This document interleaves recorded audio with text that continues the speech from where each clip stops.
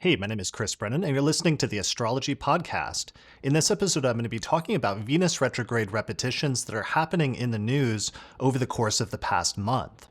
So this is a follow-up to an episode that I recorded last month with Nick Dagan Best on Venus retrogrades in Aries in history, where we went back and we looked at the current Venus retrograde season, which is just getting started right now in January, where Venus is about to go retrograde in the sign of Aries. And since Venus goes retrograde in the same sign every 8 years, we decided to go back in history in 8-year increments and look at all the times that Venus had gone retrograde in that sign and just document some of the correlations that we found and some of the similarities and some of the repetitions between those different periods. So we recorded that episode almost a month ago now on January 10th. And since that time, there's been a ton of different repetitions of Venus retrograde events that have started coming back up in the news, including for subjects that we had talked about in the previous episode as being different Venus retrograde events from the past. So today I'm recording this on Thursday, February 6th, 2025. Starting at, it looks like I just started at like 1:13 or so p.m. in Denver, Colorado. So over the past month, there's been a ton of different Venus retrograde stories in the news. What I'm going to do today is I'm going to go through and just start to document some of these stories that are happening in the news already as Venus is slowing down and getting ready to station retrograde in Aries on March 1st. And part of the reason I want to do this is because I want to document some of this stuff as it's happening in real time, but also because I want to give people a heads up so that they know what to look for, so that other listeners can keep their eyes open and let me know if they see other Venus retrograde repetitions happening in the news as well, so that maybe at the end of this I can do some follow-up episodes to collect more stories. So some of the stories that I'm going to collect today that I've noticed in the news are ones that I noticed happening in the news that I saw in like the newspaper or online on social media or what have you. Others were sent in by listeners of the podcast over the course of the past few weeks. Especially I wanted to give a shout out to listener and patron Adam Rice, who submitted a bunch of stories through our private discussion forum for patrons through our page on patreon.com. And he found a number of different stories, so I wanted to give him a special shout out. I also wanted to give a shout out to patron Natalie Fish, who also did some interesting work on Venus retrograde repetitions and sent in some notable stories. So I'll mention other people that sent in individual stories along the way as I go as well, but I wanted to specifically mention those too. So originally, Nick Dagan Best and I were going to record this as a follow-up today, but he just had a catastrophic technical failure with his computer, so he wasn't able to join me today. And I was really trying hard to catch this electional chart today on the Moon-Jupiter conjunction in Gemini, and due to deadlines and things like that with having to move on to other episodes, I have to go ahead and record it today. So I'm going to try doing this as a solo show. I originally structured it as something that would be a dialogue between two people, so we'll see how this goes, so just bear with me given that. So first things first, let me give some context before I start about the dates for the Venus retrograde so you understand the time frames I'm talking about, especially since some people might notice that Venus hasn't quite stationed retrograde yet because it's not going to until March 1st.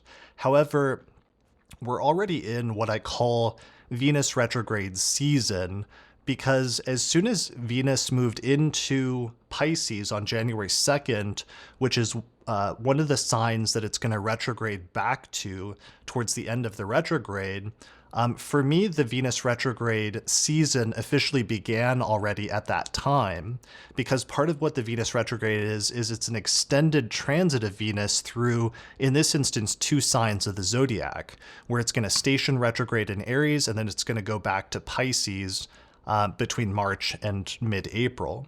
So when you define it like that, the Venus retrograde, let's say season, really begins at the beginning of January this year, and it lasts all the way until June 5th, which is when Venus will finally depart from Aries for the last time. So that's going to be our definition of like Venus retrograde season where we'll be paying attention to events during the course of that. Now, the most intense phase of that will be during Venus's actual retrograde period itself, which starts on March 1st when Venus stations at 10 degrees of Aries, and it's going to last until April 12th when Venus stations direct in Pisces. That's going to be the most intense period, but there's already a bunch of events and other things happening that are repetitions of previous events in 8-year increments that started as soon as Venus went into Pisces. So here are the other dates. The retrograde, March 1st through April 12th. The shadow period, January 28th through May 16th. By sign, the entire period began January 2nd and ends June 5th. And then finally, the greatest elongation of Venus was January 10th through June 4th. Here's the synodic cycle of Venus for those watching the video version, which we talked about in the previous episode. And finally, here are the Venus retrograde in Aries years. Going back in 8-year increments, this is every year over the past more than a century that Venus has gone retrograde in Aries. So 2025 is the current retrograde, Venus retrograde season. 8 years ago, this happened during the same part of the year in essentially the first half of 2017. So that's our two primary periods that we're comparing, is the first half of 2025 when Venus is retrograde to the first half of 2017. But it goes back 8 years before that to early 2009 is the next 8-year repetition, 2001, 1993, 1985, 1977, 1969, 1961, 1953, 1945, 1937, 1929, 1921, 1913, and 1905. So those are all the years that we covered in the previous episode, and we're going to see some of those years come up again today, because basically what's happening is there's things coming up in the news organically right now that refer back to a bunch of those previous years when Venus went retrograde in Aries in the same sign.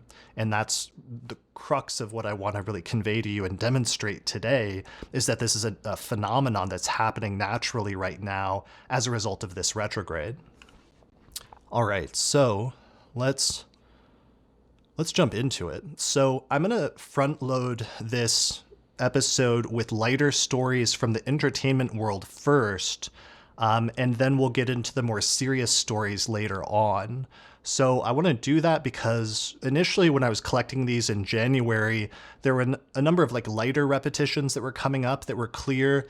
But then obviously things have gotten really heavy in terms of world events and politics over the past few weeks as well. And there's a bunch of repetitions that are tied in with that. So in order to not make this super depressing right from the get-go, I'm going to start with a little bit more entertainment oriented and tech oriented type stories to begin with. All right, so first story I wanted to jump into is that on January 18th, TikTok closed briefly and then reopened the next day on the 19th of January. So this was really striking, because one of the things that I noticed at the time and was pointed out by different YouTube commenters is that a previous precursor to TikTok, which was the app called Vine, closed almost exactly 8 years to the day before that on January 17th, 2017.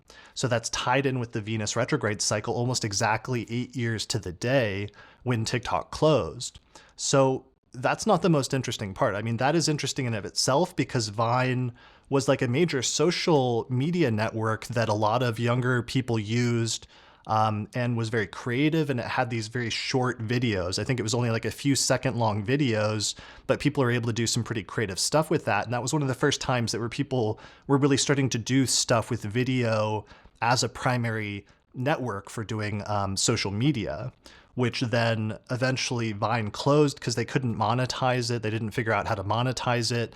But it really influenced eventually the development of TikTok, which has become so dominant over the course of the past 8 years. So I thought that was an incredible repetition that we had the closing of these two social media companies exactly 8 years apart. So things are still ongoing with TikTok, and we'll see how that plays out during the course of this retrograde, because there's still going to be some interesting twists and turns during the course of that story. But what I wanted to bring to your attention is that it wasn't just that correlation where Vine closed exactly 8 years ago, but I started going back in the history, because this is what you can do sometimes, to see if there were other repetitions 8 years before that. And what I found is that 8 years before Vine closed in January of 2017, there was another social media company that was in free fall, which was the website MySpace, which was like a major social networking site. It was the main social networking site in the mid 2000s. And what happened is that everybody was very quickly moving from MySpace to Facebook at this time in like late 2008 and early 2009. And the company MySpace was basically in free fall. And what happened is that both of their founders left the company during that Venus retrograde in early 2009 in Aries. So this included the famous MySpace Tom, who was everybody's first friend on MySpace just by default, and he became very famous as a result of that. He left the company during that Venus retrograde in 2009. So we basically had a similar repetition of another social media company that was like closing essentially around this time, or that was on its way towards closing and to becoming not relevant anymore. So if that wasn't enough, I took it back further and I found 8 years before that, during the Venus retrograde in Aries in early 2001, that the very first social media website ever closed down. And this is a website I hadn't heard of before, but apparently it was called 6 Degrees of Separation. And it actually introduced many of the sort of common themes that we associate with social media at this point in time, in terms of like private messaging and other things like that. Were started by this site as like a major pioneer. And at its height, it had more than 2 million users or something like that. But they struggled to monetize it, and it ended up closing. I think it was on like December 30th of 2000. So just barely before Venus went into Pisces and before the Venus retrograde really kicked in. Basically, all the people that were using this first social networking site lost it, and then had to go on and like find something else. But apparently this website inspired other social media websites that would later pick up the idea and run with it, like Friendster and eventually MySpace. So I thought that was incredible. There may be other correlations with that going back into the past, but I haven't gone too far. There was 1 or 2 submissions that suggested there might be earlier stuff before that, so that would be interesting to study maybe as a separate episode. So I just wanted to note those correlations. Yeah, all right, so moving on. One of the other news stories that came up organically is in the last episode, one of the correlations I noticed in the Venus retrograde in Aries in 1985 is that Nintendo unveiled the Nintendo Entertainment System. So the NES, the original Nintendo video game system, was unveiled in early 1985. And what I found was interesting is all of a sudden, after we recorded that episode on January 10th, on January 16th, Nintendo unveiled its next generation console, which is the Switch 2. So I thought that was an incredibly striking, basically like parallel, where the company did that once in 1985, and then they just did it again under the repetition of the same planetary period. So there's more details about the console that are supposed to be revealed in April, so we'll see what happens, since that will be right in the thick of the Venus retrograde itself. All right, moving on. One of the major things we talked about was the Oscars, because the Oscars always happen early in the year, and Nick noticed and had documented that every 8 years, this specific Venus retrograde in Aries tended to be incredibly important for the Oscars. So one of the things is that there were a lot of firsts for the Oscars whenever this Venus retrograde happened, including in 1929, when Venus was retrograde in Aries, the very first Academy Awards ceremony took place.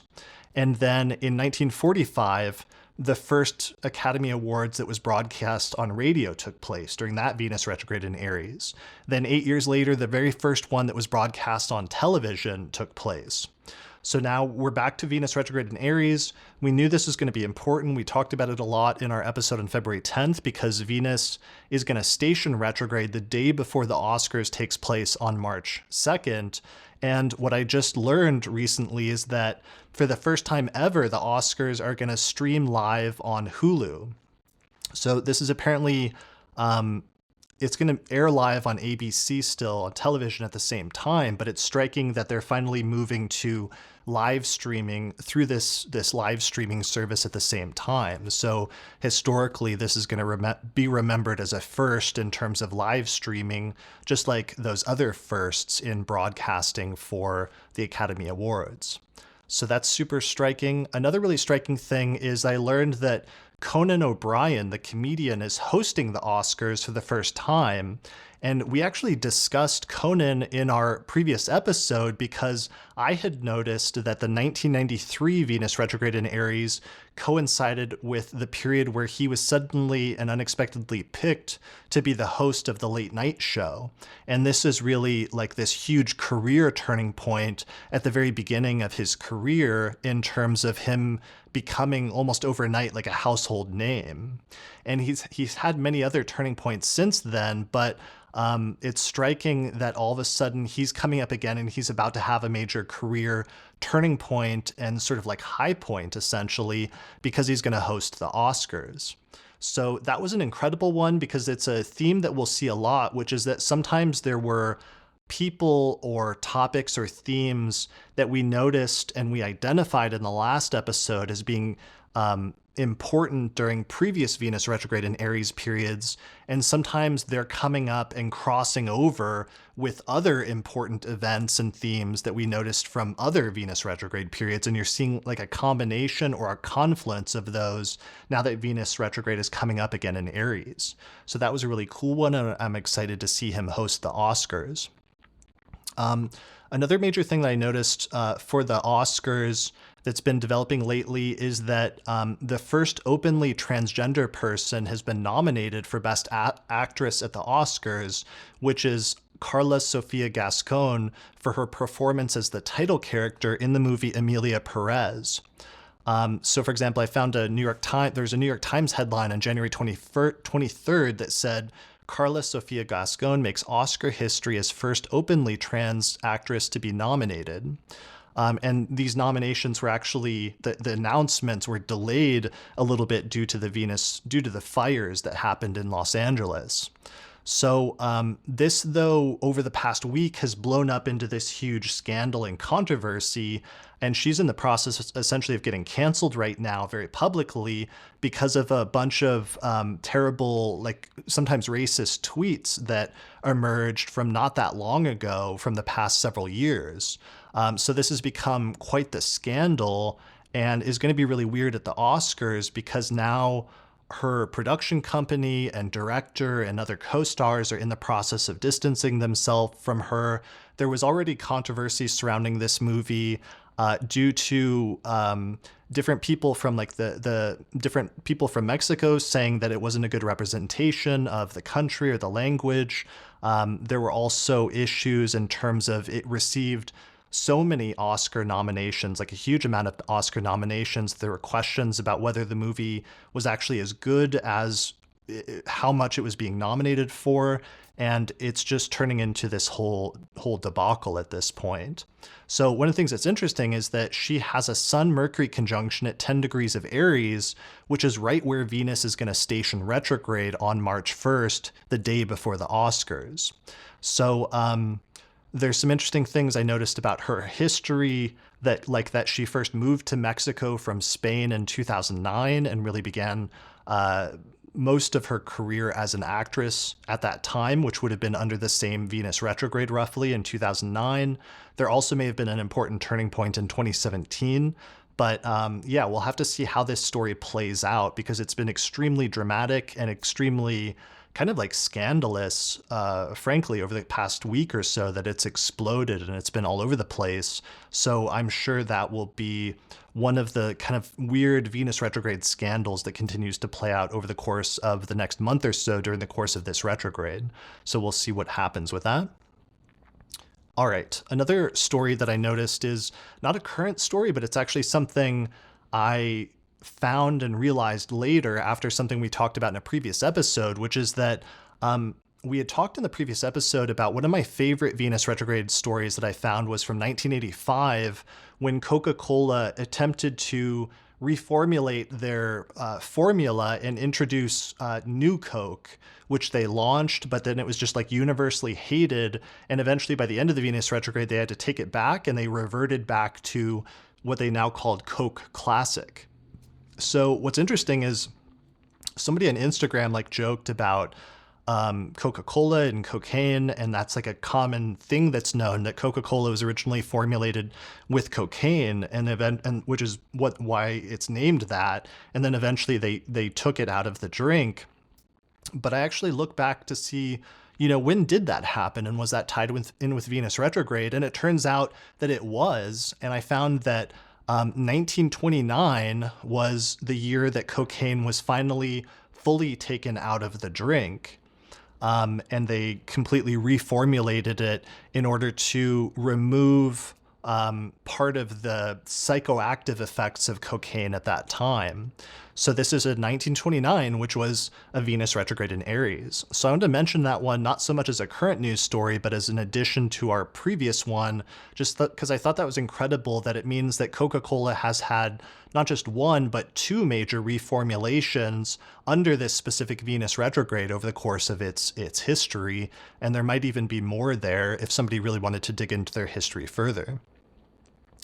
All right, moving on. Another major news story. NASA astronaut Suni Williams became the woman with the most hours spent on spacewalks on January 31st, 2025, because she's stuck in space and has been since like last June due to the failed Boeing Starliner mission, where they went up in this spaceship, but it was like glitching so bad that NASA decided not to bring them back on that spaceship, and instead they would have to wait until sometime early next year, which is this year, to come back on a different spaceship. So as a result of that, they've been putting the two astronauts that were sent up on it to work, and one side effect of that is now Suni has become the woman with the most hours spent on spacewalks. So I thought this was striking because it ties back to one of the topics we talked about in the previous episode, which was this Venus retrograde in Aries kept coinciding with firsts, as well as with issues related to women.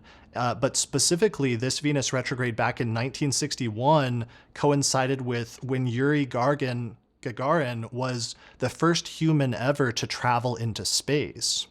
So it brought that topic up again and merged it with like a few other topics with now the woman who's had the most hours on spacewalks. So I thought that was pretty interesting.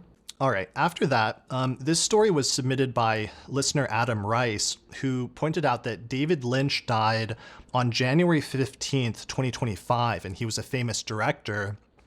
And what Adam pointed out is that David Lynch actually released his first full-length feature film titled Eraserhead in March of 1977 during that Venus retrograde. So Adam writes that it was controversial upon release, but is now considered the film that established Lynch as one of the most important filmmakers of the 20th century.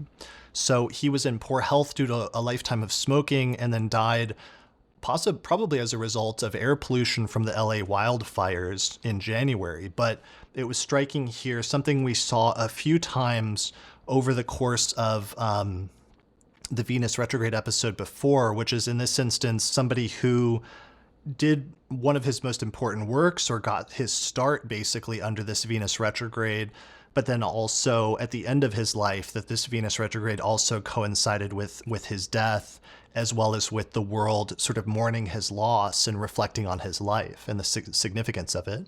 So I thought that was a striking example. All right, quick interjection as I'm editing this episode, but part of the reason that was an important example is because we had seen the same thing with Jimmy Carter in the previous episode, where he was elected to office and was inaugurated under the Venus retrograde of 1977 in Aries, and then many years later in 2025, he passed away under the same Venus retrograde in Aries in 2025. Or similarly with Eisenhower, he was elected and inaugurated in 1953 under the Venus retrograde in Aries, but then later he passed away under another Venus retrograde in Aries later on. So sometimes people do some of their most important works under this retrograde, but then later their life is sort of bookended by the retrograde at the same time. Moving on, the Grammys just took place on February 2nd, and one of the things I thought was interesting is that Beyonce won the Album of the Year at the Grammys for her album Cowboy Carter.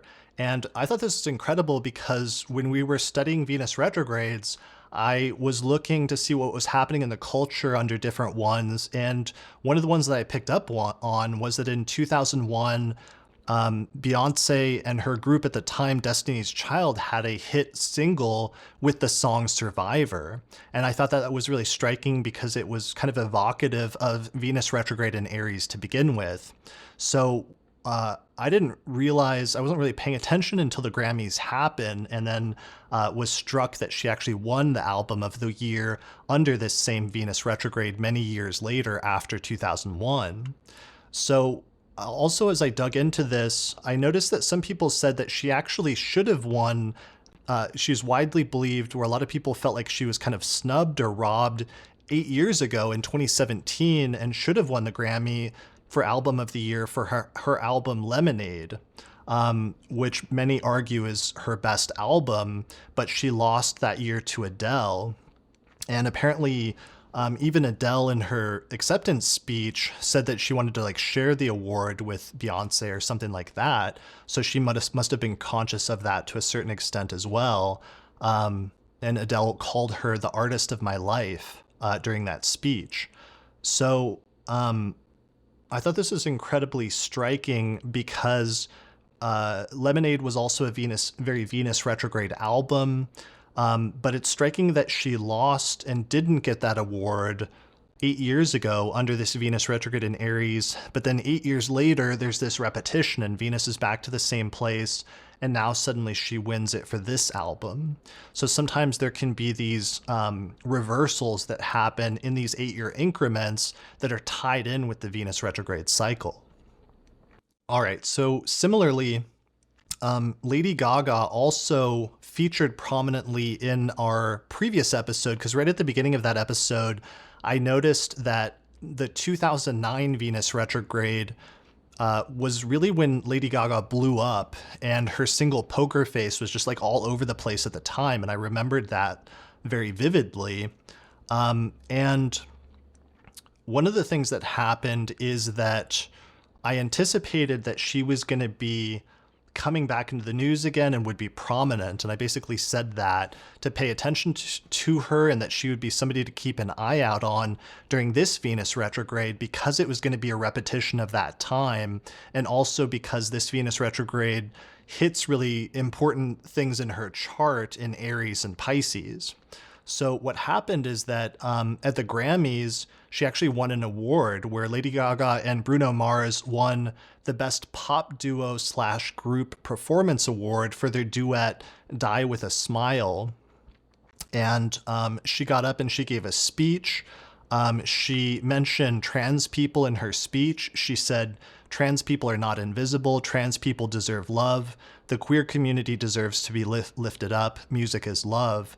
So she brought up trans people, and this is going to be a recurring theme because this seems to be a major theme for this specific Venus retrograde, is what's going on with trans rights and both attempts to promote it and push that forward, as well as attempts to push that back and to suppress it, essentially. So we'll return to that a lot. So the other thing that happened is that she premiered a music video for her new song Abracadabra at the Grammys during one of the commercial breaks.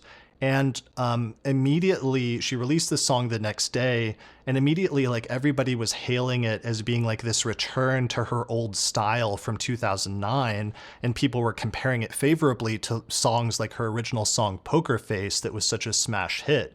So on Wikipedia, for example, I found this quote where it says, "The song's dance pop energy and theatrical visuals have drawn comparisons to her earlier works." Elsewhere on The Hollywood Reporter, I found a quote that says, "The spellbinding video for Abracadabra feels reminiscent of Gaga's early releases like Bad Romance or Poker Face, an intentional move on the singer's part." So it continues, it says her new album, which is called Mayhem, will, quote, "mark Gaga's return to her pop roots," according to a release. And she has this whole statement where she says, "The album started as me facing my fear of returning to the pop music that my earliest fans loved." And then it continues, and it says, she reinvents her early sound with a kaleidoscopic approach that draws from her expansive musical library while embracing a fresh and fearless artistic perspective, I guess is part of the press release.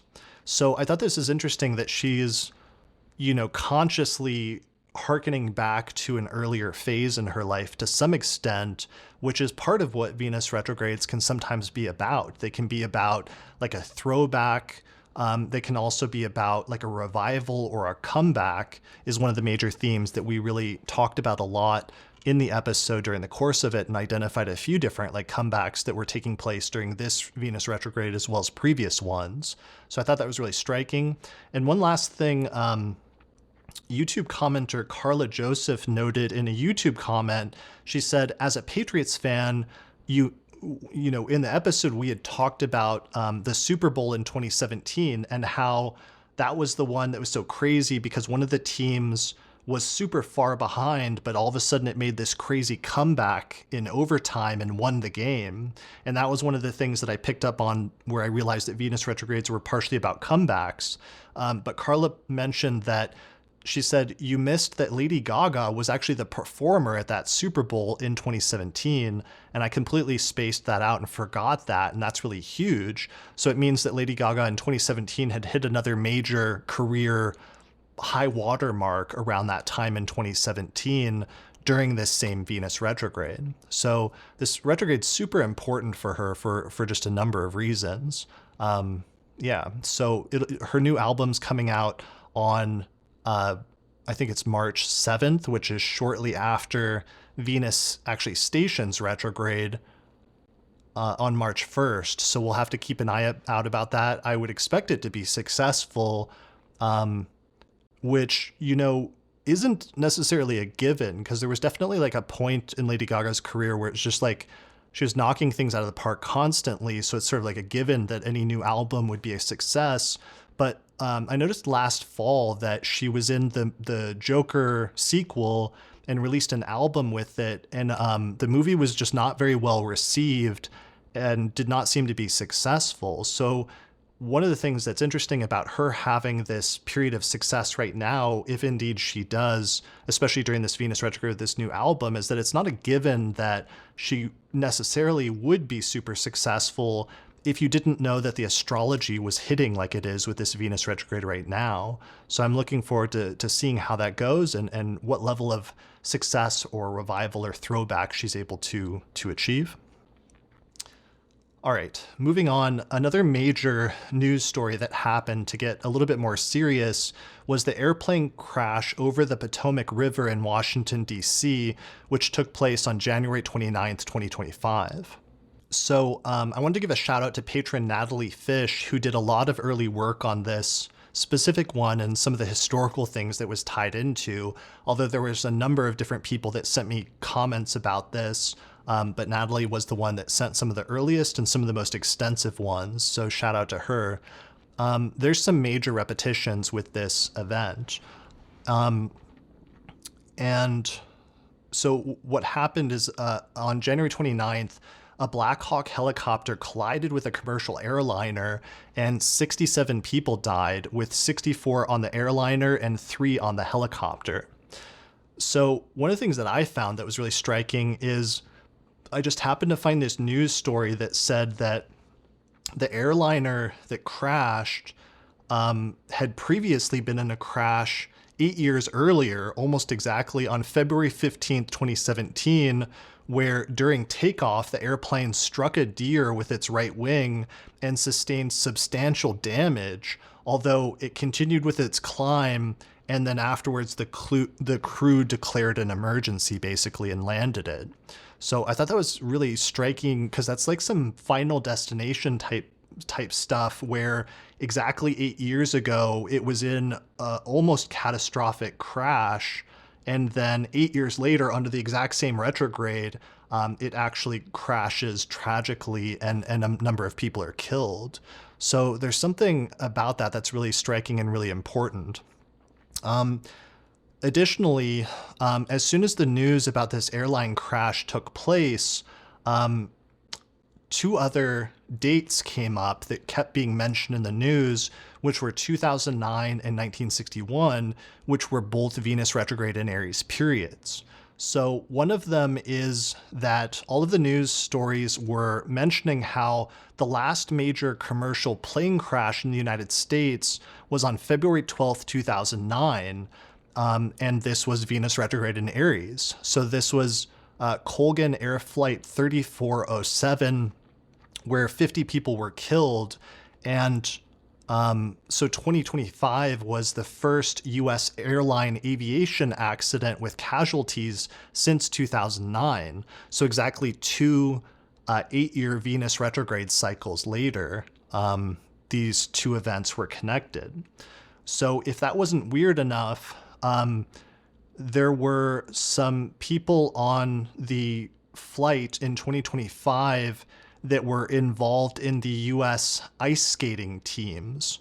So what was weird about this is then a lot of the media coverage of it started being about referring back to that there had been an incident in the past where the entire U.S. ice skating team was on an airplane on February 15th in 1961 that crashed, and it wiped out the entire U.S. ice skating team, plus coaches, plus officials, and plus family members. It was this huge tragic event that happened as they were traveling to the World Figure Skating Championships in Prague.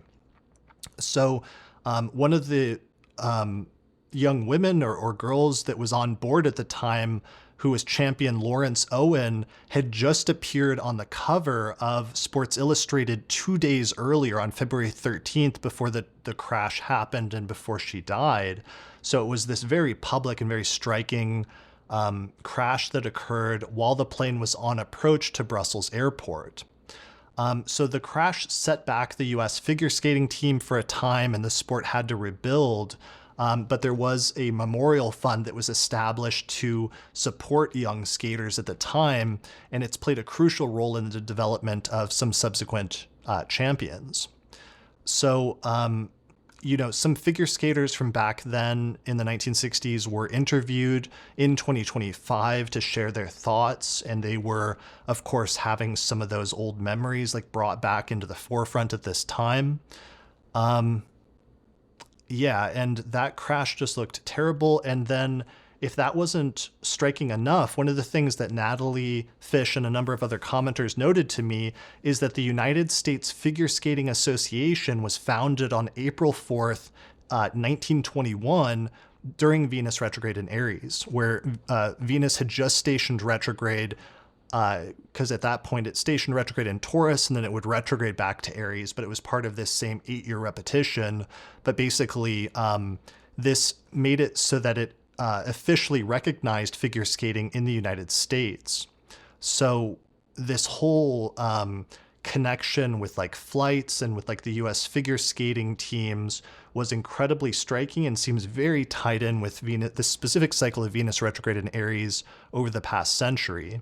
I did a cursory glance at other Venus retrograde in Aries years, and it did seem to imply that this retrograde is often important for U.S. figure skating in these 8-year increments in other ways, but in some instances it was positive. It's not always negative, and there may have been something with the Mars repetition that made it negative in 2025 and 2061 or 1961, because that was the thing, is it wasn't just a Venus retrograde repetition, but also Mars was retrograding Cancer at the same time, which happens much more rarely, about every 32 years.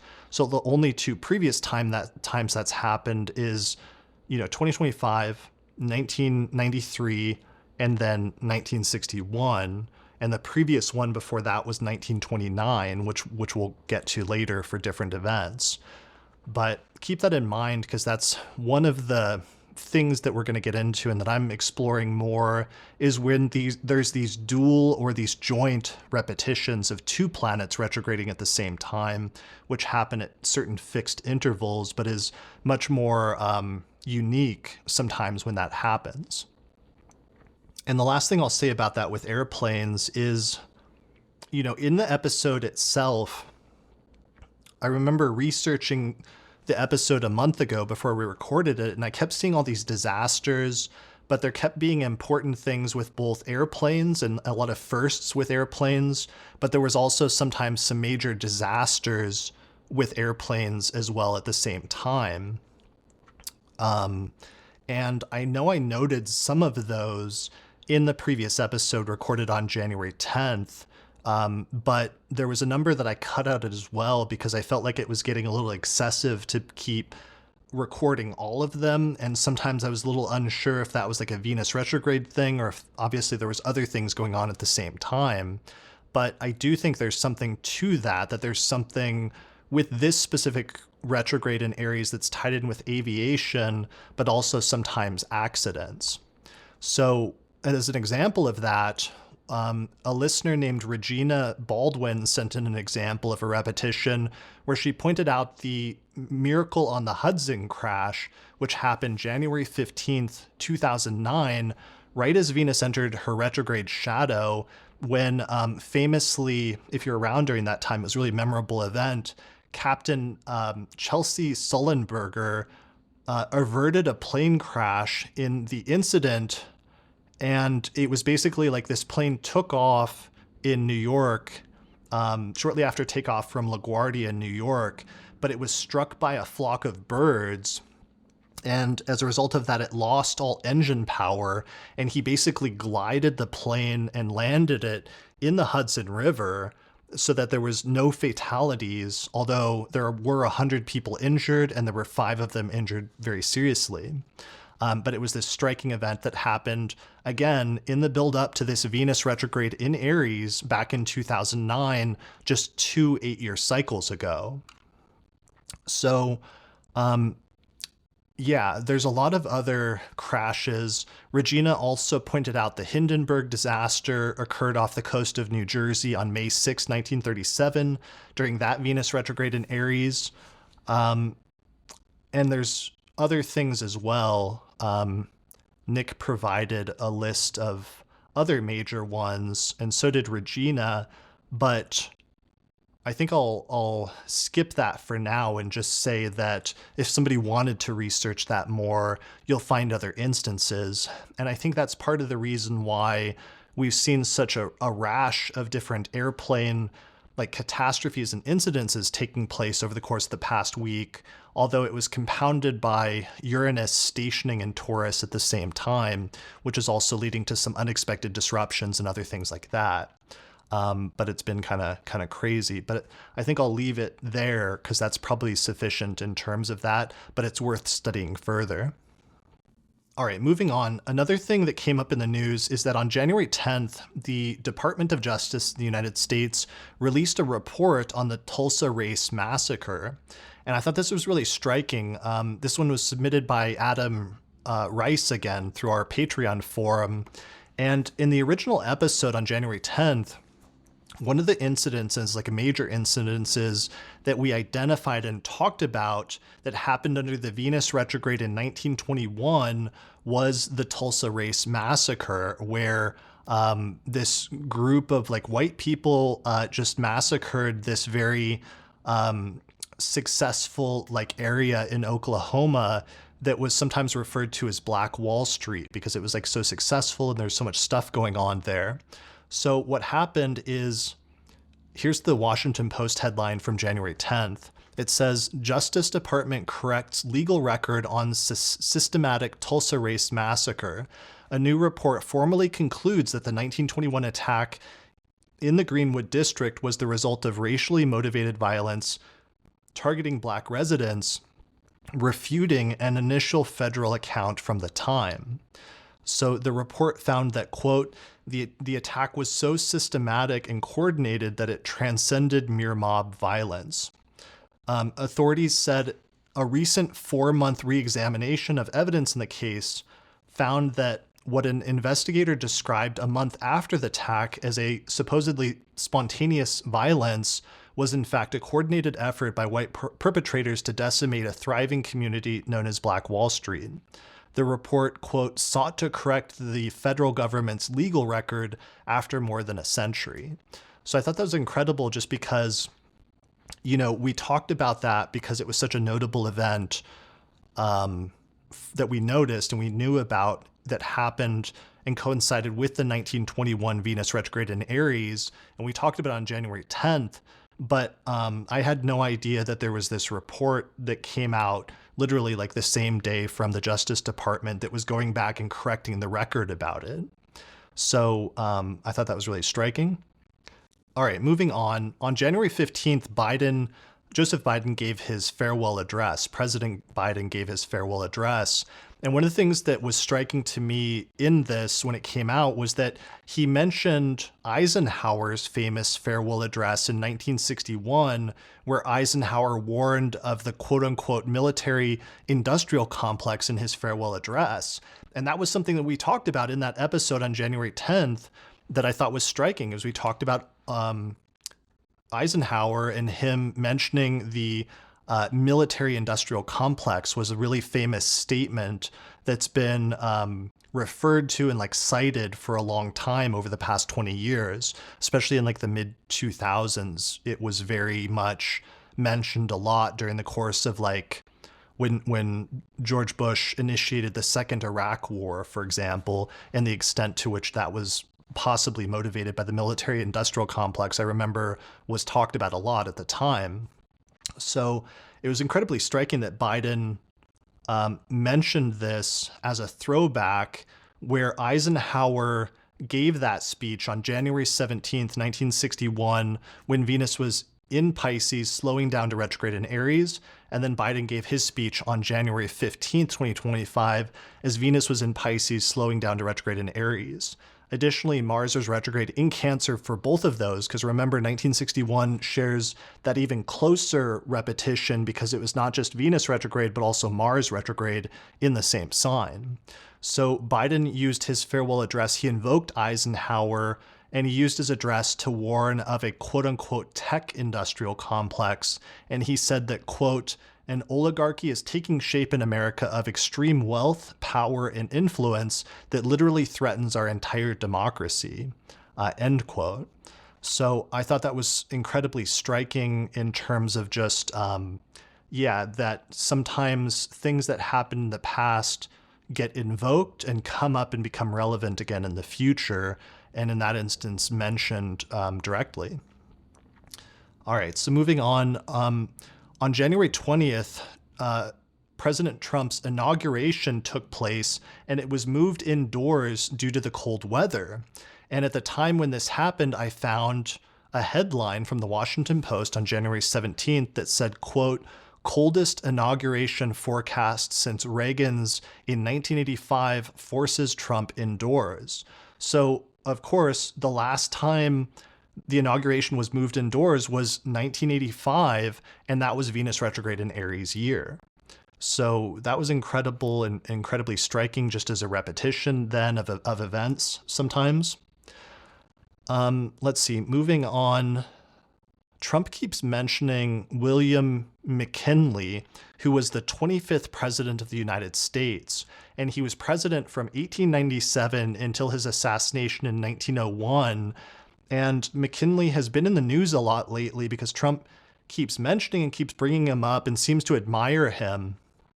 And part of the reason he seems to admire him is partially due to McKinley's use of tariffs.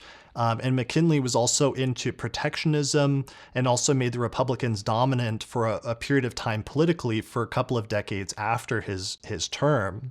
So Trump mentioned him in his inaugural address, saying, quote, President McKinley made our country very rich through tariffs and through talent. And what's incredibly striking about this is McKinley was inaugurated on March 4th, 1897, as Venus was slowing down to station retrograde in Taurus. And what's striking about this is actually part of the same series of Venus retrogrades that keep happening every 8 years.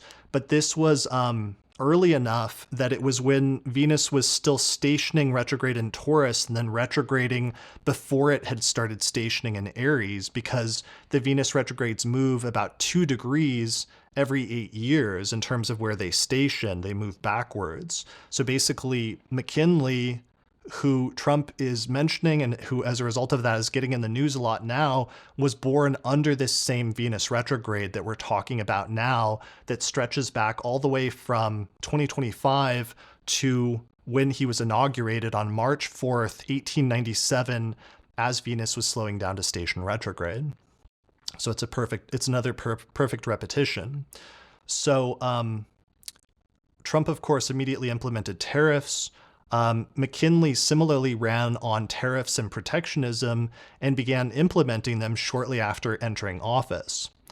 One of Trump's first executive orders, besides attempting to rename the Gulf of Mexico to the Gulf of America, is that Trump also has officially renamed the mountain in Alaska, the tallest mountain in Alaska and in North America, which is named Denali. He's now renamed it to Mount McKinley in honor of this president that he's very enamored with. So this is a mountain in Alaska that's the highest mountain peak in North America. And according to Wikipedia, it says, the Koyukon people who inhabit the area around the mountain have referred to the peak as Denali for centuries, but in 1897, there was a gold prospector who renamed it McKinley as political support for then presidential candidate William McKinley. So from 1917 to 2015, the US government officially referred to it as McKinley, but Obama restored the original native name on August 28th, 2015, during the Venus retrograde in Leo, as Venus was about to station direct in Leo during the course of that. So what's happened now is that Trump has reversed this, or reverted it back to calling it McKinley again. And I thought this was just incredibly striking, because the article where the prospector from 1897, when he first renamed it, was published on January 24th, 1897. And this was when Venus is at 20 degrees of Pisces and it was getting ready to slow down and station retrograde. So this Venus retrograde truly is bringing back things from over a century ago that were still happening under this same Venus retrograde that's happening now. And sometimes it's not just like presidents, but sometimes it's like things that happened around the time or when those presidents were actually in office. So I thought that was crazy. All right, moving on. The 16th Amendment to the US Constitution was ratified, I found, on February 3rd, 1913. And this amendment gave Congress the power to levy an income tax without apportioning it among the states based on population. So basically, this amendment is in the news right now because Trump has, over the past few weeks, just put tariffs on Canada, Mexico, and China on February 1st.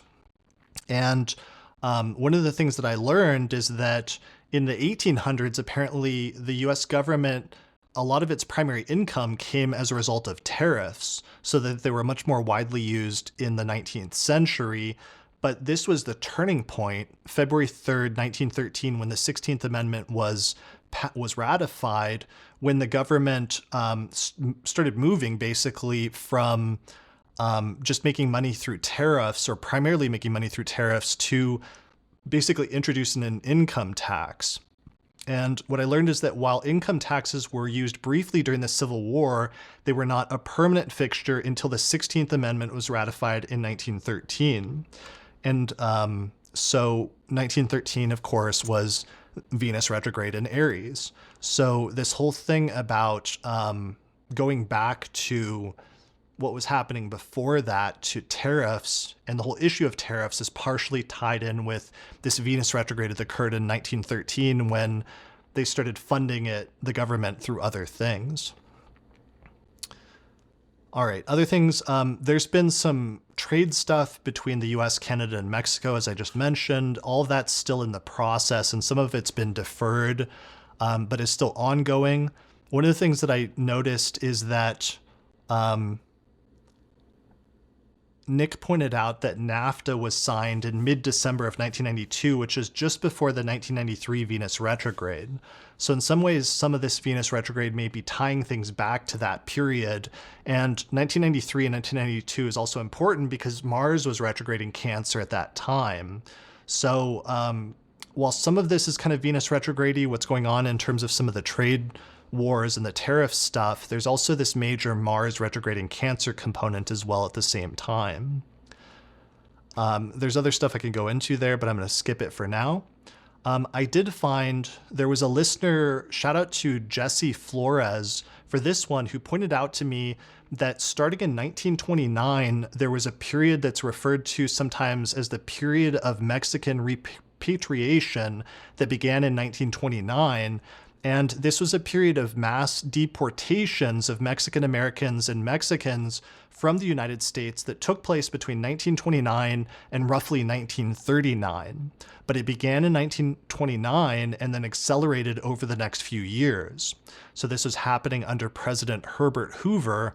And what's so striking about this is that this was Venus retrograde in Aries, because 1929, the first half of it was a Venus retrograde in Aries period, the same cycle we're in now, but it was also Mars retrograde in Cancer at that time, because this was the 32-year recurrence before the 1961 recurrence that occurred. So yeah, we're seeing a repetition of that in terms of both Venus retrograde and Mars retrograde, and this period in 1929 coming up, which is apparently one of the first major periods in which the U.S. was deporting like a lot of Mexicans and Mexican Americans, and that's a major theme that's happening right now with migrants and with immigrants that's happening in the country over the past couple of weeks. And I'll get into that more a little bit later. Other things that happened, there was a notable first. Adam Rice noted that after the inauguration, Kamala Harris flew home with an all-female crew for the first time. So according to a Vanity Fair article on January 21st, it said, quote, "How Kamala Harris made history as she left D.C. After the inauguration of Donald Trump, his 2024 Democratic opponent and the first woman VP headed back to California on a Boeing C-32 flown by an all-female crew, marking a military first." And it was, quote, "It was the first time an all-female crew operated a C-32 for the U.S. Air Force." So I thought that was interesting as it ties in several themes from past retrogrades, including like women, firsts, aviation, and other things like that. All right, moving on. Another story that was in the news in January was Leonard Peltier was his prison sentence was commuted by President Biden on January 20th, 2025. So this gets into this idea that I noticed coming up in a couple of instances with this Venus retrograde, and it might be a general theme, which is the idea of clemency. It might be a major Venus retrograde theme. So Adam Rice noted, listener Adam Rice, again, this is another shout out to Adam, who found a lot of amazing stories. He pointed out that Leonard Peltier was imprisoned with 2 life sentences on June 1st, 1977, and that was a Venus retrograde period in Aries, just like it is now when he was granted clemency here in 2025 under this Venus retrograde. Another listener named Amelia Merrick, who also pointed out this story, said that Leonard Peltier had his prison sentence commuted to house arrest as what she called the longest held political prisoner in U.S. history. He was sentenced, April 1977. Since his release is conditional to house arrest, he won't actually leave prison until February 18th, when Venus will be at 8 degrees of Aries. Amelia points out that he was found guilty on April 18th, 1977, when Venus was at 10 degrees of Aries. So it's very close, like Venus return stuff that's happening here. So I didn't know very much about this case until it was sent in, and I started researching it over the past week. And some of the things that I found is that apparently Bill Clinton, Leonard Peltier, so the story was he was a Native American man that was involved in a group of Native Americans that were trying to protect themselves in the 1970s or something like that. And there was FBI agents that were somehow messing with this group. And then 2 FBI agents were involved in a shootout on a reservation in 1975, and 2 FBI agents were killed. But supposedly there was all sorts of issues surrounding the case, and many people believed for decades that Leonard Peltier was falsely imprisoned and that the case for convicting him wasn't very good. So that's roughly the story. I'm sorry if that's not very well put, but just to summarize my understanding of it briefly. But so many people had pushed for his release for many years after he was imprisoned in 1977 for 2 life sentences. And apparently in 2001, when Bill Clinton was leaving office, he almost granted clemency to Peltier and almost released him before he left office in early 2001. But then what happened is 500 FBI agents and their families showed up and protested in front of the White House during that Venus retrograde in 2001 in Aries. And this is the first time that this had happened. So that was an interesting thing because he was almost released and then wasn't. It was blocked, evidently because many of the people in the FBI still believed that he was involved in the murders or something like that. So then what was interesting is 8 years later, in January of 2009, President George W. Bush denied Peltier's clemency petition before leaving office. So again, 8 years later, it was denied. So what's crazy about this right in this instance is that apparently this is one of the last things that Biden did in the last 15 or 20 minutes of his presidency, which made it very dramatic that he, as one of his last final acts, decided to grant clemency to Leonard Peltier. And apparently his sentence was commuted. He wasn't given a full pardon, but this will allow him to basically end his life not imprisoned. So that's kind of a complicated story, but there's some major Venus retrograde things going on there that would be worth looking into more. And I'm sure people that are more familiar with the story can probably fill in the details better than I can. Okay, but that wasn't the only instance of clemency that happened. So that happened on the 20th, but then all of a sudden on January 21st, once Trump got into office, he granted a pardon to Ross Ulbricht, who was the former guy that ran the what was it? It was not the Pirate Bay, but he ran the Silk Road, which was a underground internet site where drugs were sold using Bitcoin and lots of other sort of somewhat nefarious stuff at the time was done, but it was one of the early ways that Bitcoin was used and eventually became a legitimate currency as it's being used today. So Ross Ulbricht was arrested by the FBI and sent to prison.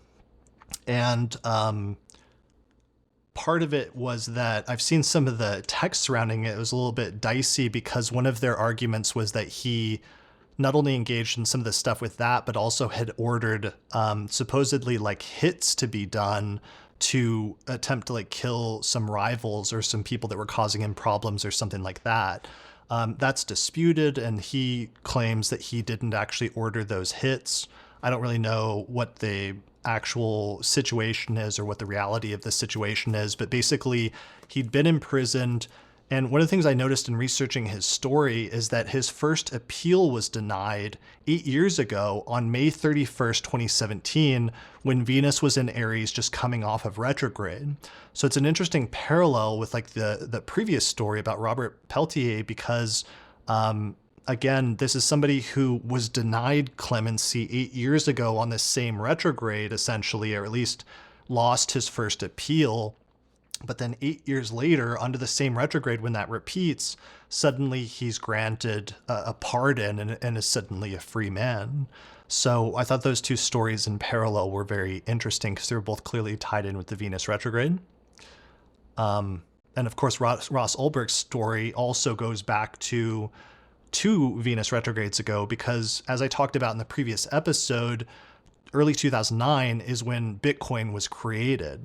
So that also becomes very much tied in with his story as well. And it was really Ross Ulbricht's connection with Bitcoin is part of the reason that Trump pardoned him now, because Trump ran as a heavily like pro Bitcoin and cryptocurrency candidate last year. And that's one of the things that he promised, is that he would release this guy if the other like crypto people would vote for Trump. So he was like basically making good on that promise when he got into office. All right, so moving on to other stories that were in the news. One of them, a major one, was the Gaza ceasefire. And this one was noted by a listener named Sarah Naguib on YouTube, who noted that a ceasefire in Gaza was announced on January 15th, 2025, and went into effect on January 19th. And what Sarah pointed out is that almost exactly 16 years ago to the day, another ceasefire began on January 18th, 2009, which brought an end to a 22-day war in Gaza at that time, exactly 2 Venus retrograde cycles ago. So there's a lot of other stuff going on in terms of that, and a lot of stuff that's still unfolding, but that at least correlation I thought was really worth mentioning, and I give a shout out to Sarah for noting that one. All right, moving on. Another one that I noticed that was sent in actually by Adam Rice is he noted that Cecile Richards, who was a former president of Planned Parenthood, died on January 20th. And this was notable because, as Adam noted in the previous episode, Nick and I had discussed how the first birth control clinic in the United Kingdom was opened in 1921. And what Adam pointed out was that he found another correlation, which is that in February of 1961, the FDA in the United States approved the first birth control pill that would be marketed to doctors by the manufacturer specifically as a contraceptive. So there's a striking tie-in there in terms of that as an important turning point. And I went back and noticed that apparently, in 1921, another Venus retrograde in Aries year, Margaret Sanger founded the American Birth Control League, and this is what eventually became Planned Parenthood later on. So this one, though, is a little dicey because it wasn't until a bit later in 1921, but it's still striking that the early origins of Planned Parenthood essentially has its is tied in some way with this Venus retrograde in Aries. And then in related news, ABC News on February 1st reported that multiple health agency websites on HIV and contraception have been taken down to comply with orders from the Trump administration. So this brings up like a whole other can of worms and things that are not good that are taking place right now, which is that it seems like this specific Venus retrograde that's happening right now in Aries is partially representing, or going to represent, is in the process of representing, a huge setback for things involving like race, sexual orientation, women's rights, and trans rights. And I think this is important because it's a reminder that things don't always go forward on Venus retrograde, but sometimes they go backwards. So for example, we saw a really striking and terrible example of that was the 1921 Venus retrograde, which coincided with the Tulsa race massacre, for example. But then we saw other times where there was major progress that was made in civil rights. And there's this weird back and forth that happens during these Venus retrograde periods of pushing things forward versus pulling things backwards, and this tension between progressiveness versus regressiveness. And I think some of this is represented by the fact that Venus literally walks backwards in the sky and in the zodiac during these times, in each instance astronomically. So one of the things I will say, though, just to give people some hope, is that it will set a foundation for future progress when the things that are broken at this time are fixed and then eventually surpassed at some point in the future. That's one of the things that did come up for me consistently in studying the Venus retrogrades in this cycle over the past century that I think you can see clearly in the last episode.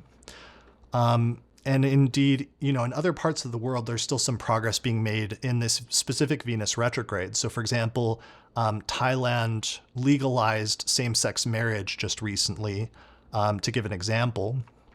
But one of the major themes, as I mentioned earlier, that seems to be coming up with this specific Venus retrograde is trans rights, where on the one hand, there's some positive things happening where, for example, Sarah McBride of Delaware just became the first openly trans member of Congress, for example. But then on the other hand, you have all of these not good stories that are obviously going on as well, where, for example, on February 5th, ABC News, there's a headline that says Trump signs executive order banning transgender athletes from women's sports and directing the Department of Justice to enforce. The order is titled, quote, "Keeping Men Out of Women's Sports." And then elsewhere on the first day of his presidency, Trump signed an order declaring that only two genders exist. Elsewhere on February 1st, Washington Post reports that CDC removes gender and equity references in public health material and says that large sets of data are being scrubbed of references to transgender and LGBTQ plus people, among others, which could compromise their use in research. Elsewhere, Donald Trump signs an executive order to move incarcerated transgender women into men's facilities and stop gender transition medical treatments. So there's a ton of stuff, and I can't really summarize it all because there's so much happening right now. But I did notice that there were some correlations from previous retrogrades where, for example, 8 years ago in early 2017, under the same retrograde, Trump announced at the beginning of his first term a ban on transgender people serving in the military. So this policy faced numerous legal challenges and underwent revisions before being implemented. And then additionally, there was a reversal of protections back then as well, where the Trump administration withdrew guidelines for transgender students in public schools regarding the use of bathrooms and facilities corresponding to their gender identity. Elsewhere, in 2017, the first openly transgender U.S. state representative was elected, which was Danica Rome, won a seat in the Virginia General Assembly, becoming the first openly transgender person to be elected and serve in any U.S. state legislature. If you go back one Venus retrograde cycle ago to 2009, Matthew Shepard and James Byrd Hate Crimes Prevention Act was passed, and this included gender identity, and this expanded the federal hate crime protections to include transgender people. If you go back further to 1993, you get the Don't Ask, Don't Tell policy, which, while not directly related to transgender rights, the policy which banned openly gay and lesbian individuals from serving in the military also impacted transgender individuals due to its focus on gender and sexuality. So some of this stuff ties back, going back quite a ways. And I wanted to mention this because obviously it's a major topic now, but it was one that actually came up where I talked about one of the Venus retrogrades in the middle of the 20th century. I think it was in the 1950s when there was one of the first really notable trans celebrities at the time under this Venus retrograde in Aries became really prominent. And in fact, as I talked about in the last episode, trans issues is actually a recurring theme that's come up for thousands of years in connection with the Venus retrogrades, because as I talked about in the episode with Demetra George, episode 412, which was titled Inanna, Venus Retrograde, and Barbie, which was released August 12th, 2023, one of the things we talked about is that the cult of Inanna, which is the goddess that was associated with Venus, and in which we had this Venus retrograde cycle encoded into some of its legends, that there was this association with transgressing gender norms in connection with the goddess Inanna. So there was this one passage I mentioned in particular in one of the hymns to Inanna about men becoming women and women becoming men. And in one of the articles I read in that episode, it said, quote, "The carnivalesque festivals of the goddess were associations where reversals of age, species, status, and sex all came into play when social rules were in abeyance and were possible times of institutionalized license."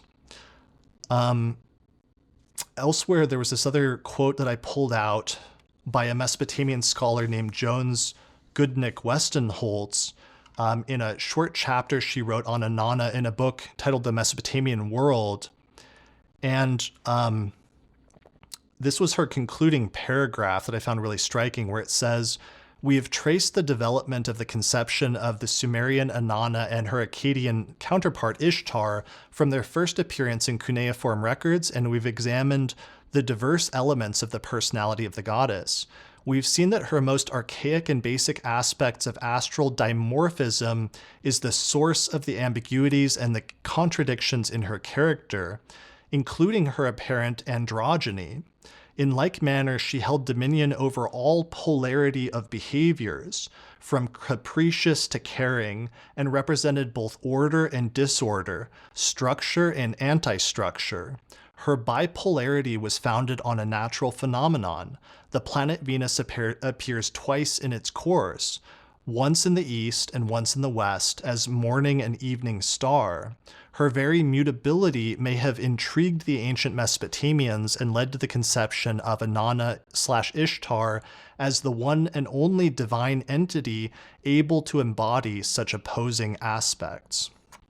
So I think that's part of what's going on here and why this is tied in with, it's not like a recent phenomenon, but the idea of gender transitions somehow has this much longer history than people sometimes realize. And it's been tied in with Venus retrogrades, as we demonstrated in the last episode, for much longer than people think. So obviously, because this is one of the major social issues of our time, it's become even more prominent as being fought over so much more strongly, and there's attempts to suppress it so much more now. But like with some past issues related to civil rights, to sexual orientation and things like that we saw progress with during the course of the different subsequent Venus retrogrades in the 20th century, I think we will see some progress with that under this retrograde in the future. But obviously, this is one of those times in which there's a lot of problems and a lot of pushback and a lot of attempts at suppression. So we'll see how it goes, and we'll see what kind of foundation this Venus retrograde sets for future progress, hopefully at some point in the future. Okay, moving on. Another story that was submitted by Adam Rice is he noted that Trump fired the first female officer to lead a branch of the American Armed Forces once he got into office. And he quoted the New York Times that said, quote, "The Trump administration fired the commandant of the U.S. Coast Guard, Admiral Linda L. Fagan, within 24 hours of Trump's inauguration. The admiral, who was sworn in as the service chief on June 1st, 2022, was the first female officer to lead a branch of the American Armed Forces." So I thought that was striking as another Venus retrograde thing. Elsewhere, a major topic that just came up in the past week in the news was Guantanamo Bay. And Adam Rice contributed to this one, and I also did some research where on January 29th, there was a Washington Post headline that said, quote, Trump plans to build a mass detention camp for deportees at Guantanamo Bay, and that he, quote, ordered construction of a deportee detention camp with room for 30,000 migrants. So I thought this was striking for a number of reasons, in addition to being terrible morally, because over the past 2 decades, there's been this fights that have been going on about the legality and morality of Guantanamo Bay and attempts to close it down. And it keeps coming up, especially under this Venus retrograde. So, for example, Obama had previously issued orders to close Guantanamo Bay in January of 2009 at the beginning of his term, which was during Venus retrograde in Aries, but then Congress prevented its closure, basically. And then, so what he ended up doing is that during the course of the Obama administration, the number of inmates was reduced from 250 to 41 by the end of his administration. And he even transferred out some inmates at the last minute in January of 2017 before Trump came into office. He also wrote a letter to the Speaker of the House on January 19th, 2017, that was titled Letter from the President, Report with Respect to Guantanamo, in which he basically encouraged them to close it. There were only 15 detainees that remained in Guantanamo Bay as of January 2025 by the end of Biden's term. But now that we have a repetition that's going on of Venus retrograde, it's now evidently being expanded to potentially have over 30,000 people. So I was trying to see what the earlier connection was, and I was having trouble seeing this. Adam noted that we had talked about that how the September 11th attacks were being finalized in early 2001 under that Venus retrograde. So it's possible that's partially connected to that, because that's eventually what led to Guantanamo Bay being opened up by Bush, or at least by it being used to send a bunch of people from, especially Afghanistan, there. It may also tie in with the Bay of Pigs that happened in 1961 in Cuba, and there were some history things surrounding that. But I think this is going to be a major important focal point and turning point for this Venus retrograde, especially because of the issues that have always been surrounding this, which is that it's outside of the United States and therefore doesn't have a lot of the same like legal protections and other things as things that are in the country itself. So there's a potential for abuses and other things like that as a result of that. So, we'll have to see how that story plays out during the course of this Venus retrograde, as well as whatever comes after that. All right, a weird story that's in the news that's coming up right now relates to this story that was written back in 1889 that was titled The Travels and Adventures of Little Baron Trump and His Wonderful Dog Bulger.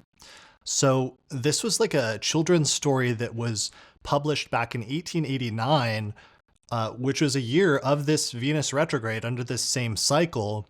And what happened is that these books were rediscovered 8 years ago in early 2017 at the beginning of Trump's first term by like internet people. And people started noticing the like weird similarities between these stories with Donald Trump. And what's happening is that this book is again like doing the rounds over the past week or so. And for example, it was mentioned by Joe Rogan, brought it up in his podcast, Joe Rogan Experience, episode 2263 with Gad Saeed, which was released January 28th, 2025. So some of the parallels is that there's like this young boy that's named Baron Trump, and that's of course the name of Trump's son, of Donald Trump's son, but also Trump in the 1980s reportedly or allegedly, supposedly, would some people believe he called into like television shows like CNN, and he would use the fake name John Trump is what was alleged, supposedly. So anyway, in the book, some of the parallels that people have noted that I wrote down is that it says in the book, Trump makes personalized insults for each person he meets. He lives in Castle Trump, which sounds a lot like the modern day Trump Tower. In the book, his father's name is Don, which is weird because it's like you have Barron Trump and you have Donald Trump. The character is restless and always getting into trouble. And Barron in the books, the child character, is really boastful in both books. And he's kind of like a braggart and very full of himself and does things like talking about having the best brain. He also evidently sues a lot of people. And some of the other bullet points that people have pointed out are things that like women throw themselves at him supposedly, and that he travels to Russia. So that's very bizarre and very weird. And then this author, several years later, published a book titled 1900 or the Last President. And the book opens in New York City with protests following the shocking victory in the 1896 presidential election of a populist candidate who brings on the downfall of the American Republic. So it says, it tells the story of the United States on the brink of collapse with widespread protests and social unrest following a controversial presidential election. Anarchists and socialists have laid siege to a hotel on Fifth Avenue, screaming "Death to the rich man." In a few months, the president appoints a man named Pence to the cabinet. The mob is marching to protest against people in a hotel on Fifth Avenue, and Fifth Avenue is where modern-day Trump Tower is now located. So it's the story of a populist candidate who unexpectedly becomes president, and then the destruction of the republic by the end. So this is kind of like conspiracy theory-ish, and kind of like people noting parallels, which are very interesting, but also like straining to find parallels in these books. But what's actually interesting about it from an astrological standpoint that I want to focus on here is that the book was written by an author named Ingersoll Lockwood. And I found his birthday, and he was born August 2nd, 1841. And he was born basically later in the same year as the Venus retrograde in this same cycle. And if that wasn't enough, he wrote that book, the first book in the Trump series, later in 1889, and that was also a Venus retrograde year in this exact same cycle. So he was born under this Venus retrograde, and then he wrote this weird book that seems to have weird parallels with Trump under the same Venus retrograde later in his life. So what's weird about this is, people like have these different conspiracy theories about whether it's like, he was a time traveler or something like that. But I think like at the most simple level, what's actually interesting about this story and the fact that it's coming up now is just that the author was born under this Venus retrograde. He wrote the book under this Venus retrograde. And so, of course, under the same cycle, many years later in 2017, his books, which otherwise fell into obscurity, are suddenly rediscovered and gain popularity and prominence again, and have people talking about them many years later when the same Venus retrograde recurs. And then, of course, 8 years after that, the same Venus retrograde recurs, and now all of a sudden they've become even more notable. So sometimes it's like there's like part of the take-home lesson is just there's weird stuff that happens in the past under a Venus retrograde, and then it will come up for different reasons in the future when that Venus retrograde recurs again. So that doesn't really say anything about like the validity or anything of the conspiracy theories, but I just think it's an interesting point about sometimes things recurring from the past when the same planetary conditions are present in the future. So one of the things, of course, though, that's bizarre about this is the presidential election that Ingersoll Lockwood was writing about in that book about the end of the Republic, is he was actually talking about the election of William McKinley, basically, when McKinley got into office for the first time was 1896, and he was inaugurated in 1897. under this same Venus retrograde that's happening now. So that's bizarre.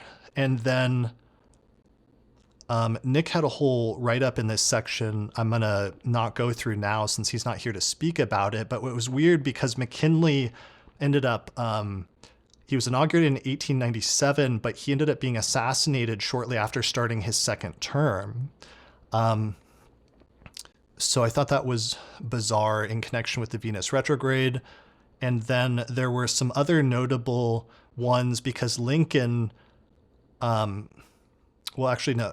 Yeah, I mean, there's a few other correlations like that, including like Lincoln under the same retrograde was shot April 14th, 1865, just a day or two before Venus stationed retrograde in the same cycle. So there's this weird Venus retrograde thing that runs through some of the presidencies that's kind of bizarre and is worth it if somebody wanted to research it further. Some of the last few stories that I had, somebody in the YouTube comments wrote a comment saying that part of the pushback to Hillary Clinton's healthcare reform in 1993, which we talked about in the previous episode, was that she was appointed and not elected to office. Because Bill Clinton gave her like the job basically to like head up the healthcare reform, which she did. And then there was huge pushback in 1993 under that Venus retrograde at that time, which was also a Mars retrograde in Cancer. So I thought that was interesting just because if that's at all true, it's interesting that that topic came up again now with some of the people that are getting involved with things right now in the government. I did find a quote saying that when Hillary was appointed for this, that it was, quote, the most powerful official post ever assigned to a first lady, according to the Sarasota Herald Tribune. So I thought that was a really striking Venus retrograde thing, just tying that back in there. One random one that was sent in by a listener named Betsy Varecki is she pointed out that the new Bridget Jones movie is coming out on February 14th, and that the original Bridget Jones movie, because apparently this is like the fourth one, came out on April 13th, 2001, when Venus was retrograde in Aries. And Betsy wrote, quote, I feel like Bridget Jones always stirs up conversations about women. In the last movie, she gets with a much younger man. Apparently that's part of the plot for the movie that's about to come out. And one of the last news stories that I noticed that's developing right now there's this bizarre news story that's going around social media, especially on like TikTok and Instagram, of this woman who went to Pakistan for a marriage proposal, but then got stranded there when the guy ghosted her, and now she's refusing to leave. And it's become this kind of like hilarious internet sensation thing because she's very like, she's got some stuff going on, and there's a part of it that is kind of tricky because she may be disturbed to a certain extent, but this seems to be a thing that's unfolding that's very Venus retrograde-y right now. So I wanted to note that one as just something that's kind of like evolving at the moment. Okay, so those are all the major news stories that I wanted to talk about and flag so far. And like I said, we haven't even gotten into the most intense part of the Venus retrograde yet. So the purpose of this is I just wanted to draw people's attention to what's going on. That way people can help me to keep an eye out for other important stories as this retrograde continues to emerge. So one area that I'm looking at that is becoming increasingly important for me is these joint repetitions. And I'm still working out like a name for them, but when, for example, there's both not just one repetition of a planet or a recurrence of a planet, but also a second planet doing something important at the same time. So the most notable ones that we've seen are the years in which Venus goes retrograde in Aries and Mars goes retrograde in Cancer at the same time. So for example, those occurred the most notably in 2025, 1993, and 1961, but there was also one in 1929, which we've added and seen some important things happening under. For example, that was the year in which the so-called Mexican repatriation, event started happening in 1929 that seems very relevant to now. Weirdly, the previous Mars retrograde before that was tied in with the same 32-year cycle was 1897. And that was the year in which William McKinley was elected. So that Mars retrograde, though, was entirely in Gemini because it had shifted out of Cancer, but it was still tied in with the same 32-year cycle, so it may still be relevant. So I don't know what to call these yet. I'm still working on a name. My working name for this is like joint repetitions or dual repetitions, maybe a dual return or a double return, something like that. But this principle, I think it's very simple, but it's very powerful, which is that the repetition of one planetary period, like the 8-year period of Venus, can indicate a recurrence of an event, but the repetition of 2 planetary periods heightens the likelihood of a more specific recurrence of a specific type of event. So for example, the repetitions of this Venus retrograde in 2025 in Aries coincided with a plane crash, just like it did in 2009 during a Venus retrograde in Aries.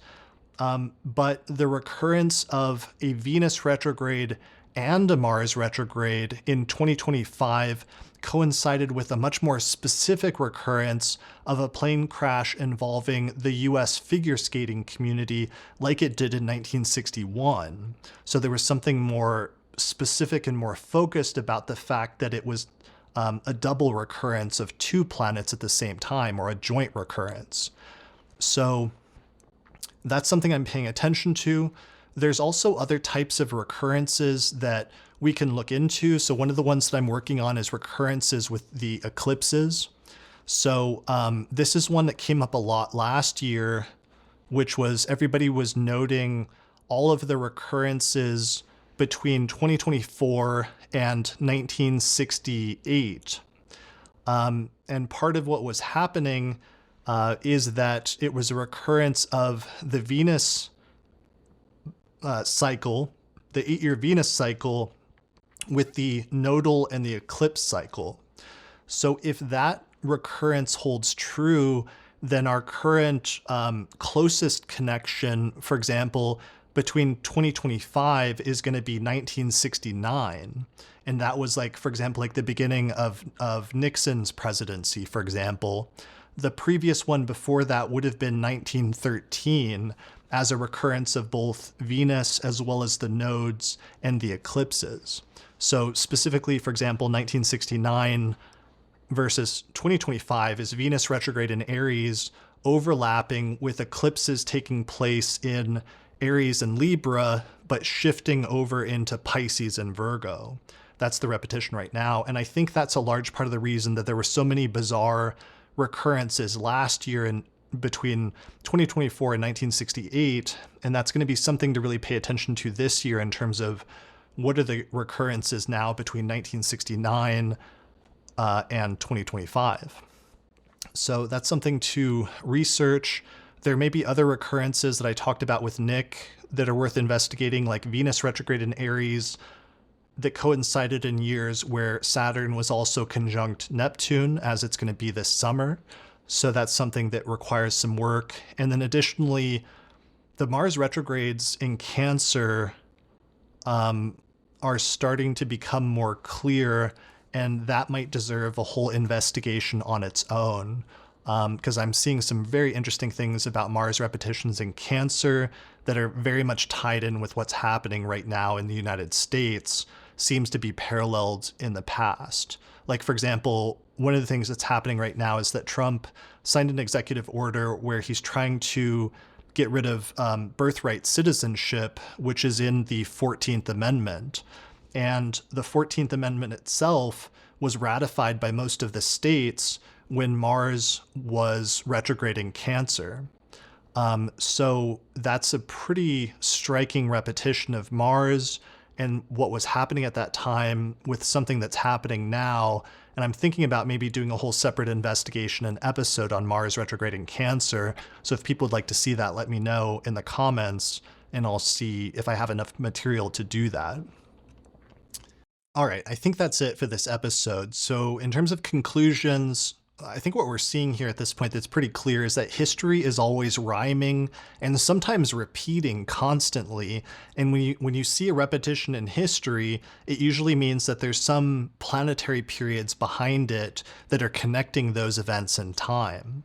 So the more overlapping repetitions there are, the more specific the event is, as I was saying with the joint repetitions section. So I need help researching this because this has already been massive and I've found a ton of different stuff. But some of the things I found in this episode were as a result of listeners helping me out because this is bigger than any one astrologer can do all on their own. So what I want you to do if you've listened to this entire thing is keep an eye out for repetitions in the news during the course of this Venus retrograde, all the way up until early June when Venus finally leaves Aries for the final time. So keep an eye out and let me know if you notice any major repetitions that tie current events happening in the news with any of those previous Venus retrograde periods that I mentioned in the Venus retrograde years. So here's a slide one more time just to show you those years one more time, which are 2025, 2017, 2009, 2001, 1993, 1985, 1977, 1969, 1961, 1953, 1945, 1937, 1929, 1921, 1913, and 1905. So you can see how, all the stories that I've been mentioning and talking about in this episode all tie back to one of those years in these incredibly striking ways. And one commenter at one point on YouTube asked, sort of with some trepidation, a genuine question where they were like, is this, could this be accused of just being, confirmation bias? But I don't think this is confirmation bias. And I did as careful of a job as I could in the last episode to avoid that just by trying to set up the basic rules and parameters of what we're looking for and then to stick with it pretty strictly. And one of the ways that I think we can demonstrate that this is not confirmation bias is the fact that these news stories connected to things that I talked about already in the January 10th episode have just started magically or mysteriously appearing in the news again after I recorded that episode. And that's one of the things that I think we're going to be able to document during the course of this retrograde is there's going to be a continuation of that. And there's going to be a bunch of other really striking news stories that come up that are going to connect back to some of these previous Venus retrograde and Aries periods over the course of the next few months. So I need your help in researching this. If you notice a correlation, then please let me know. Send it in by the best way to let me know that if you found a good correlation is to post a comment below this video on YouTube. That's the primary place where I'm going to take submissions and comments because that's going to be the easiest way to track everything is to post a separate comment below this video on YouTube. And that way at some point I can do another update to talk about more correlations that have emerged or have been found over the course of the next few months. So alternatively, you could email me at theastrologypodcast@gmail.com, but I strongly prefer that you just post a comment on YouTube because that's going to help me keep things together. And sometimes when people email me, they don't realize that they're sending in something that I've already noticed that others have already submitted. Whereas if you go to YouTube and look at the comments, then you're going to be able to see ones that other people have submitted and voted on already by upvoting the ones that are really good. So leave a comment on this video if you see an interesting repetition. Of course, give me a like on this video and be sure to subscribe as well. That really helps out the channel and is a good way of getting me back for all this research and work. I'm going to release the show notes for this episode where most of my written notes for this I'm going to release as a PDF to patrons of the Astrology Podcast through my page on patreon.com, since I'm able to do this research as extensively as I have been because those patrons are helping to support and fund my work and make it so that I can, focus full time on doing and then recording things like this and putting it out for free. So if you'd like to support that work, then consider becoming a patron. In return, you'll get access to the show notes. Patrons are also going to get early access to this episode days possibly more, sometimes even weeks before the episode is actually released. So that's a nice bonus. And we may do some other live chart reading sessions to talk about people's personal experience of Venus retrogrades, and in order to interview them about Venus repetitions, 8-year repetitions that are happening in their own personal lives, which is always really interesting and really fun as another extension of this that takes it outside of just a news context and instead personalizes it. Because one of the things that you'll realize is that these 8-year Venus repetitions don't just happen in the news, they also happen in our personal lives, and they sometimes connect events from our past with what's coming up and what's going on in the present as well as the future. So I'm extremely fascinated by this. I think I did a lot of work on Venus retrograde during the last retrograde in Leo in 2023, but now we're taking it so much further and we're getting an even better idea of what Venus retrograde is all about and how intricate and complex, but also at the same time like straightforward and powerful it is as a timing technique. And there's something incredibly exciting about that. So, all right, I think that's it for this episode. Thank you so much for watching. Let me know what you think in the comments. If you enjoyed this, then please leave a comment to let me know. Otherwise, good luck with your research. I'll be back again in the future to talk about other Venus retrograde news. But otherwise, I think that's it for this episode. So thanks for watching, and I'll see you again next time. If you're a fan of the podcast and you'd like to find a way to help support my research, then consider becoming a patron through my page on patreon.com. In exchange, you'll get access to subscriber benefits such as early access to new episodes, the ability to attend live recordings, the monthly electional astrology podcast, an exclusive podcast series called the Secret Astrology Podcast that's only available to patrons, or you can even get your name listed in the credits. For more information, go to patreon.com/astrologypodcast. Special thanks to the patrons on my producers tier, including patrons Christy Moe, Ariana Amour, Mandy Ray, Angelique Nambo, Issa Sabah, Jeannie Marie Kaplan, Melissa Delano, Sunny Bazbaz, Kwatsi Alibarahu, Annie Newman, Ginger Sodlier, and Berlin West. People often ask me if I'm available for consultations, but unfortunately I'm not right now because the podcast takes up so much of my time. However, I did create a consultations page on the Astrology Podcast website that has a list of astrologers that I recommend for astrological consultations. You can find that at theastrologypodcast.com/consultations. The astrology software we use here on the podcast is called Ceasefire for Windows, which is astrology software for the PC. You can get a 15% discount by using the promo code AP15 at the website alabe.com. For Mac users, I recommend the software AstroGold for Mac OS, which is astrology software for the Mac computer made by the creators of Ceasefire for the PC. You can get a 15% discount with the promo code AstroPodcast15 through their website at astrogold.io. If you're really looking to deepen your studies of astrology, then I would recommend signing up for my Hellenistic Astrology course, which is an online course in ancient astrology where I take people from basic concepts up through intermediate and advanced techniques for reading birth charts. There's over 100 hours of video lectures, plus monthly webinars and Q&A sessions, and then at the end of the course you get a certificate of completion saying that you studied with me if you pass the final written test. Find out more information at theastrologyschool.com. Finally, shout out to our sponsor for this episode, which is the Northwest Astrological Conference, which is happening May 22nd through the 26th, 2025.